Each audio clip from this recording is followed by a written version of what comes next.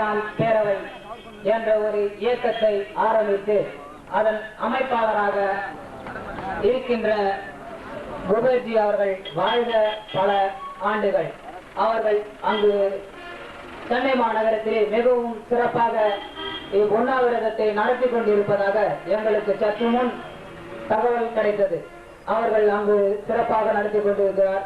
நீங்கள் எப்படி நடத்தி கொண்டிருக்கிறீர்கள் என்று எங்கள் தகவலையும் கேட்டார். நாங்கள் அதை கூறினோம். ஏனென்றால் காலையில் இருந்து எம் மதிப்பிற்கும் மரியாதைக்குரியும் என் உடன்பிறவா சகோதரர்கள் இங்கு அனைவருமே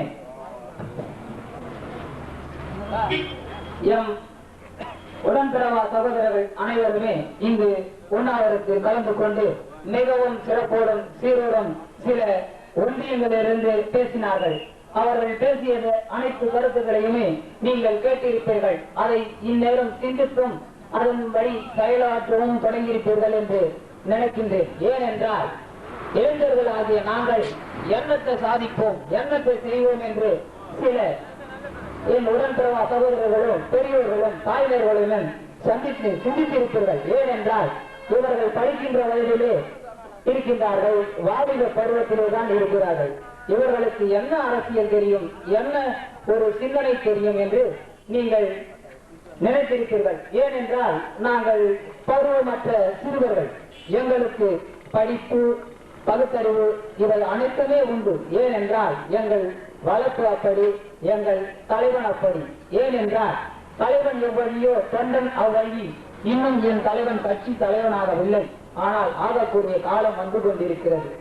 மிகவும் நெருக்கத்தில் எனது அன்பு சகோதரன் தீபன் லாரன்ஸ் அவர்கள் தலைமையிலே இங்கு உண்ணாவிரதம் நடந்து கொண்டிருக்கிறது. மிகவும் சிறப்போடும் சீரோடும் சில சகோதரர்கள் இங்கு பேச இருக்கிறார்கள். அவர்கள் பேசியும் நீங்கள் கேட்பீர்கள், கேட்கப் போகிறீர்கள். வருகின்ற தேர்தலிலே எங்கள் தலைவன் போட்டியிட்டால் இருக்கின்ற 234 தொகுதியிலே கிட்டத்தட்ட எங்களால் 175 சீட்டுகளையும் ஜெயிக்க முடியும். ஏனென்றால் மிச்சமீதி சீட்டுகளை எங்களது கட்சி உடன்பாடுகளிலே எங்களுடன் கூட்டணி வருகின்றவர்கள் ஜெயிப்பார்கள். கிட்டத்தட்ட 175 சீட்டு என்று ஜெயிக்க வேண்டும் என்றால் அது மாபெரும் கட்சியாக இருக்க வேண்டும். அந்த மாபெரும் கட்சிக்கு தலைவனாக இருக்கிறவர் பொருள் ஆற்றலும் சிறப்பும் செயலையும் இருக்கக்கூடியவராக இருக்க வேண்டும். ஏனென்றால் என் தலைவன் ஆற்றலிலும் சொல்லிலும் செயலிலுமே மிக சிறப்பானவர்.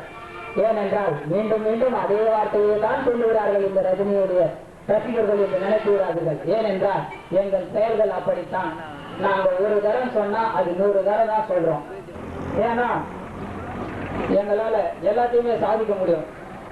நாங்க சொல்றத செய்வோம், செய்யறத சொல்லுவோம், செய்யாத சொல்லுவோம், செய்ய போறதையும் சொல்லுவோம். ஏன்னா நாங்க என்ன செய்ய போறதுன்னு வெளியில சொல்ல மாட்டோம், ஆனா செஞ்சிருவோம். நாங்க எந்த வழியில எப்படி செய்வோம் தெரியாது, ஆனா கரெக்டா செய்ய வேண்டிய நேரத்துக்கு செஞ்சிருவோம். நீங்க பாத்தீங்கன்னா கிட்டத்தட்ட ரஜினியோட ரசிகர்கள் இந்த எங்க எம்ஜிஆர் மாவட்டத்திலே எல்லா மாவட்டத்தை விட எங்க எம்ஜிஆர் மாவட்டத்துல புரட்சி காந்தி ரஜினிகாந்த் அவர்களுடைய இன்னும் ஒரு சிறு மாதங்கள்ல காட்டும். ஏன்னா எங்க அகில இந்திய அமைப்பாளர் குபேர்ஜி அவர்கள் சொல்லியிருக்காங்க, இன்னும் ஒரு சிறு நாட்கள் அதான் மாதத்துல ஒரு மாநாடு ஒன்று போடுறதா நாங்க திட்டம் போட்டிருக்கோம்.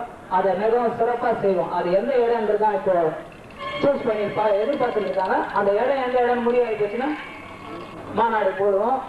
அப்போ தமிழகமே எங்களுடைய பலம் என்ன அப்படின்றது எதிர்பார்ப்போம். நீங்களும் பார்க்கதான் போறீங்க. நாங்க இந்த மாநாடு நடத்துறதுக்கான சிறப்பு வழியில எதிர்பார்த்துட்டு வந்திருக்கோம். அதே மாதிரி பூண்டி ஒன்றியத்திலிருந்து என் உடற்பிறவா சகோதரர்கள் நிறைய பேர் வந்திருக்காங்க. அவங்க சொன்னாங்க, அண்ணன் பேரவை ஆரம்பிக்கிறோம், பேரவையை பண்ணலாம். புரட்சி காந்தி ரஜினிகாந்த் பூண்டி ஒன்றிய பேரவை அப்படின்னு ஆரம்பிக்க போறோன்னு அதுக்கு வழிவகுக்கிறோம். எப்படி செய்யணும் அப்படின்னாங்க, அதே மாதிரி செய்ய போறோம். அதே மாதிரி ஈக்காடு ஒன்றியம், ஸ்ரீபெரும்புதூர் ஒன்றியம், திருவள்ளூர் நகரத்துல பேரவை ஆரம்பிச்சாச்சு. பேரவையில நிர்வாகிகள் எல்லாரும் போட்டாச்சுங்க.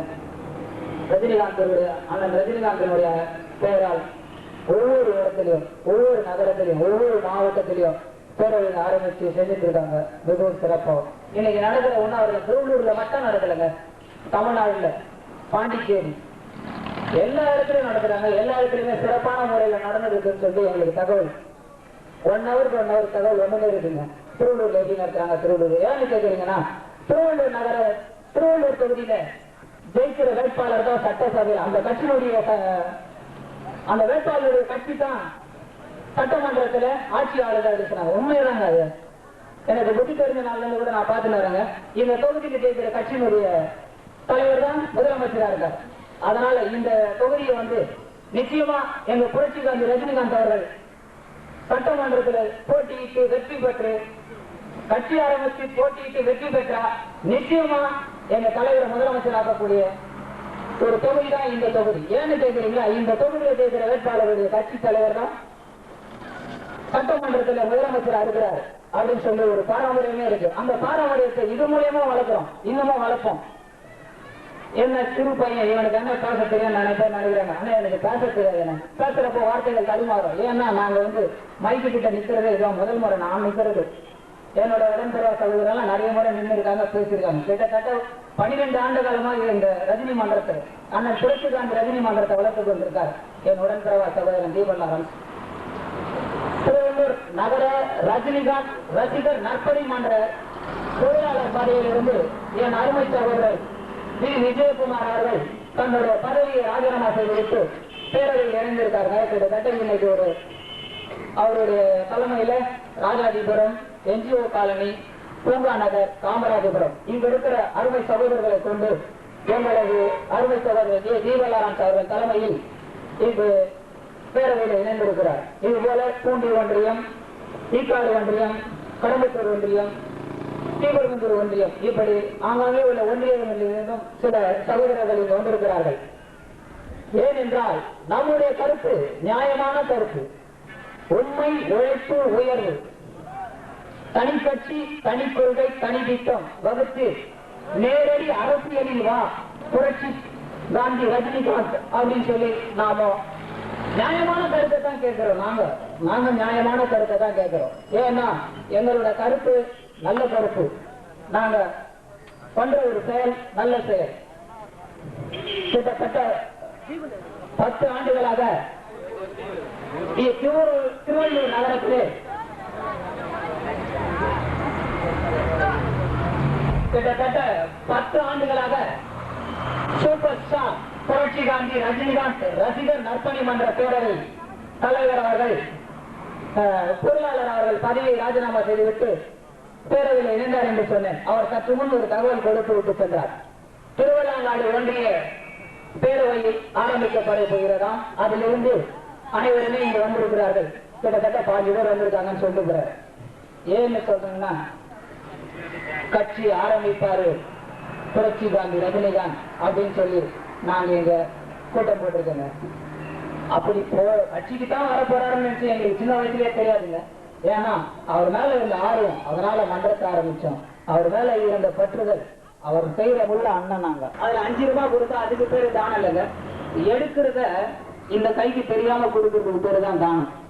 அப்படிதான் என் தலைவன் என்னைக்கும் பண்ணிட்டு இருக்காரு, என்னைக்கும் பண்ணுவார்.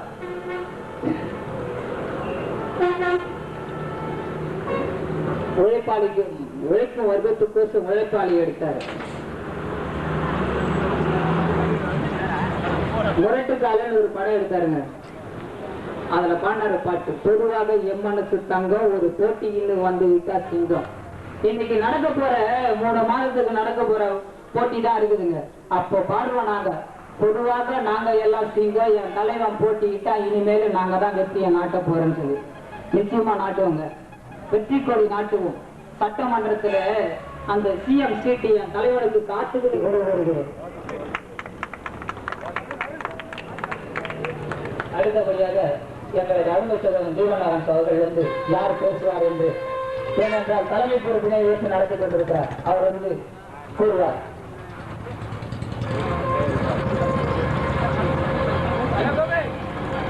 அடுத்தபடியாக திருவூரில் வருகை தந்திருக்கும் அன்பு சகோதரர் கோபி அவர்கள் பேசுவார்.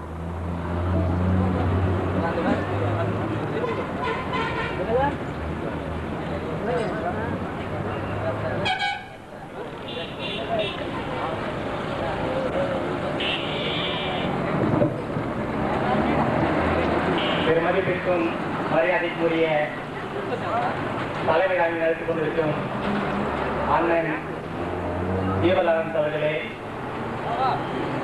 மற்றும் பேரவைத் தலைவர் பாப்புலர் ஜான் அவர்களே மற்றும் மன்ற உறுப்பினர்களே, உங்கள் அனைவருக்கும் திருவூர் கிராம ரஜினி ரசிகர் மன்ற பேரவையின் சார்பாக முதற்கண் வணக்கத்தை தெரிவித்துக் கொண்டு எனது உரையை ஆரம்பிக்கின்றேன்.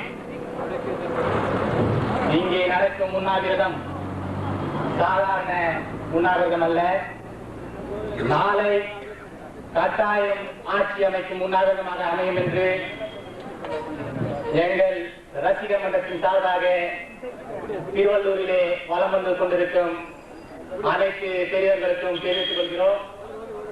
இன்று இந்த சிறியவர்கள் நடத்தும் உண்ணாவிரதம் சாதாரண உண்ணாவிரதம் அல்ல.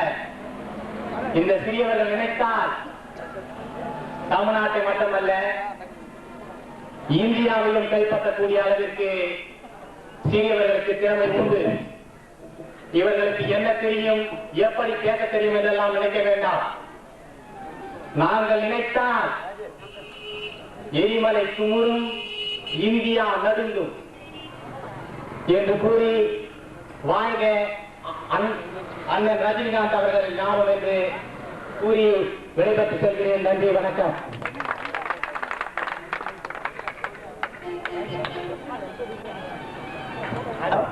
இவர்கள் பைத்தியக்காரர்கள். இவர்களுக்கு என்ன தெரியும், வேலை வெட்டி இல்லாமல் உட்கார்ந்து கொண்டு வீணாக பேசிக் கொண்டிருக்கிறார்கள் என்று. சாதாரண மனிதர் ரஜினிகாந்த், அவருக்கு என்ன தெரியும், நடிக்க தெரியுமா? தெரியாது. வேற என்ன தெரியும்? சும்மா வந்து ஊன் கையாட்டுறா, ஐயோ கட்டுறாரு, அதான் தெரியும். ஆமா, ரஜினிகாந்த் யார் என்று உங்களுக்கு தெரியுமா? ரஜினிகாந்த் சிறு வயது தொடக்கமே மிகவும் மோசமான சூழ்நிலையில் வளர்ந்தவர். அவருடைய 7வது வயதில் தாழ்த்தப்பட்ட மக்கள் வசிக்கக்கூடிய ஒரு சிறப்பு இலக்கு என்று சொல்லக்கூடிய பகுதியில் வாழ்ந்தவர். அவர் தாழ்த்தப்பட்ட மக்கள் நிலையை நன்கு அறிந்தவர். அவர் சிறு வயதிலேயே ஏழை மக்களுடைய ஏழையாக இருந்து கலந்து வாழ்ந்தவர். அவருக்கு ஏழை இன்னல்கள் நன்றாக தெரியும். ஒரு மனிதன் எல்லா செல்வங்களையும் அனுபவித்து சந்தோஷத்தை அனுபவித்த பிறகே முக்தி அடைகிறார். இது நான் சொல்லவில்லை, இது வரலாறு சொல்லுகிறது. புத்தர் தன்னுடைய எல்லா செல்வங்களையும் அனுபவித்து சந்தோஷத்தை அனுபவித்த பொழுது யோகி ஆகிறார். ரஜினிகாந்தும் அது போன்றவர் தான். சின்ன வயதில் இன்னதை அனுபவித்தார் மற்றும் தன்னுடைய நடிப்பு துறையில் செல்வங்களை அனுபவித்தார், சொத்துக்களை அனுபவித்தார். ஆனால் இன்று முக்தி பெற்று நற்பணியில் ஈடுபட்டிருக்கிறார். ஆனால் இன்றைய அரசியல்வாதிகள் தாங்கள் வறுமையாளர்களும் இன்று செல்வத்தை அனுபவித்துக் கொண்டு தங்களை கேவலப்படுத்திக் கொண்டிருக்கிறார்கள். அவர்களுக்கு அரசியலே தெரியாது, சம்பாதிக்க தெரியும், அவ்வளவுதான். ரசிகர்களும் அப்படிப்பட்டவர்களே. தாங்களும் தங்களுடைய சட்டையை போடுறதுக்கு வழியிலே என்றாலும் தங்களுடைய சம்பாதிக்க காசு அவருக்காக ஒரு கொடி கட்டி பேரடை கட்டிக்கொண்டு தங்களுடைய பாசத்தை வெளிப்படுத்திக் கொண்டிருக்கிறார்கள் இன்று வரை. ஆனால் பார்ப்பவர்களுக்கு இந்த பைத்தியக்காரத்தனமாக வரலாம். தன்னுடைய பெற்றோர்களுக்கும் தன்னை வளர்ப்பவர்களுக்கும் பணியாளர்கள் யாரோ ஒரு மனிதனுக்கு சென்று இவ்வளவு செலவுகளை செய்து கொண்டு தங்களுடைய உணவு இருப்பதை தருகிறார்கள் என்று நினைக்கலாம். ஆனால் அதில் அவர்களுடைய அன்பின் வெளிப்பாடு நன்கு தெரிகிறது. இதை சிந்திக்க வேண்டும். இவ்வளவு காலம் இல்லாத எத்தனையோ நடிகர்கள் வருகிறார்கள், ஆனால் யாரையும் இவர்கள் அரசியலுக்கு வருக என்று அழைக்கவில்லை. இதற்கு முன்னால் முதலமைச்சர் இருந்த நடிகர் தலைவர் புரட்சி நடிகர் எம்ஜிஆர் அவர்கள் கூட தானாகத்தான் அரசியலுக்கு வந்தார், அவரை யாரும் அழைக்கவில்லை. தற்போது முதலமைச்சராக இருந்து கொண்டிருக்கும் செல்வி ஜெயலலிதா அவர்களும் தானாகத்தான் வந்தார், அவரையும் யாரும் அழைக்கவில்லை. ஆனால் இன்று எங்கள் தலைவராக இருந்து கொண்டிருக்கும் புரட்சி காந்தி நாங்கள் அழைக்கிறோம் அரசியலுக்கு. அவர் தன்னுடைய தொலைக்காட்சி பேட்டியில் நடந்த தொலைக்காட்சி பேட்டியில் சொன்னார், அரசியல் என்பது அடிப்படையில் உள்ள ஒவ்வொரு கிராமத்தில் வாழும் ஒவ்வொரு குடிமகனுக்கும் தெரிய வேண்டும், அப்பொழுதுதான் அரசியல் வருவேன் என்று சொன்னார். ஆனால் இந்த நிலைப்படி ஒருவருக்கும் அரசியலை பற்றி எதுவுமே தெரியாது. இதற்கு முன்னால் ஆண்ட காலத்தில் கூட அரசியலை பற்றி ஜனங்களுக்கு எதுவுமே தெரியாது. ஏதோ எலெக்ஷன் தான் திருவிழா போல் செல்வார்கள், ஓட்டு போடார்கள். ஓட்டு என்பது அவர்கள் கையில் பூசிக்கொள்ளும் சாயம் போல, திருவிழாவில் பூசிக்கொள்ளும் சாயம் போல கையில் ஓட்டுமையை பூசிக்கொண்டு ஓட்டு போட்டிருக்கிறார்கள். ஆனால் அந்த ஓட்டு எதற்காக அளிக்கிறோம் என்று அவர்களுக்கு தெரியாது. ஆனா இன்று இப்போது உள்ள அரசியல்வாதிகள் அரசியல் நன்கு புரிய வைத்திருக்கிறார்கள் ஜனங்களுக்கு. ஏனென்றால் அவர்கள் பதவிக்கு மட்டுமே ஆசைப்படுவார்கள், தங்களுடைய செயற்பாடுகள் எதுவுமே செய்வதில்லை. இதை நன்கு புரிந்து கொண்ட மக்கள் இப்போது தங்களை ஆளுவதற்கு நல்ல ஒரு தலைமையை தேர்ந்தெடுக்க முன்வந்துள்ளார்கள். தாய்மார்கள் நன்கு தெரிந்து கொண்டார்கள். ஆனால் அவர்கள் முன்னோக்கி சொல்ல முடியாது. இது போன்ற உண்ணாவிரத்தில் உட்கார்ந்து சொல்ல முடியாது ரஜினிகாந்த் அரசியலுக்கு வர வேண்டும் என்று. தங்களுடைய பிள்ளைகளை தூண்டுகிறார்கள், நீங்கள் போட்டு உங்கள் தலைவரை அழையுங்கள், அரசியலுக்கு வர வேண்டும், அவரால் தான் ஒரு புதிய எதிர்காலம் உருவாகிய தமிழகத்துக்கு என்று அனுப்புகிறார்கள். அதனால்தான் நாங்கள் இங்கு வந்து உட்கார்ந்து கொண்டு உண்ணாவிரத்தில் காணப்படுகிறோம். இந்த உண்ணாவிரதம் உண்மையாக நடந்து கொண்டிருக்கிறது. காலை முதல் மாலை வரை எத்தனையோ வேலைகளை விட்டு என்று எங்களுக்கு ஒரு நல்ல தலைவர் வேண்டும், நல்ல வழிகாட்டி வேண்டும் என்று குறிக்கோளை மனதில் கொண்டு நாங்கள் அமர்ந்து கொண்டு இந்த உண்ணாவிரதத்தில் கலந்துருக்கிறோம். பார்ப்பவர்கள் இதில் ஏனமாக பார்க்கக்கூடாது, சிந்திக்க வேண்டும். இங்கே சிறிய வயதில், இந்த வாலிப வயதில் இவர்கள் எதற்காக உட்கார்ந்து கொண்டிருக்கிறார்கள்? நாமும் அரசியலில் இருக்கிறோம்.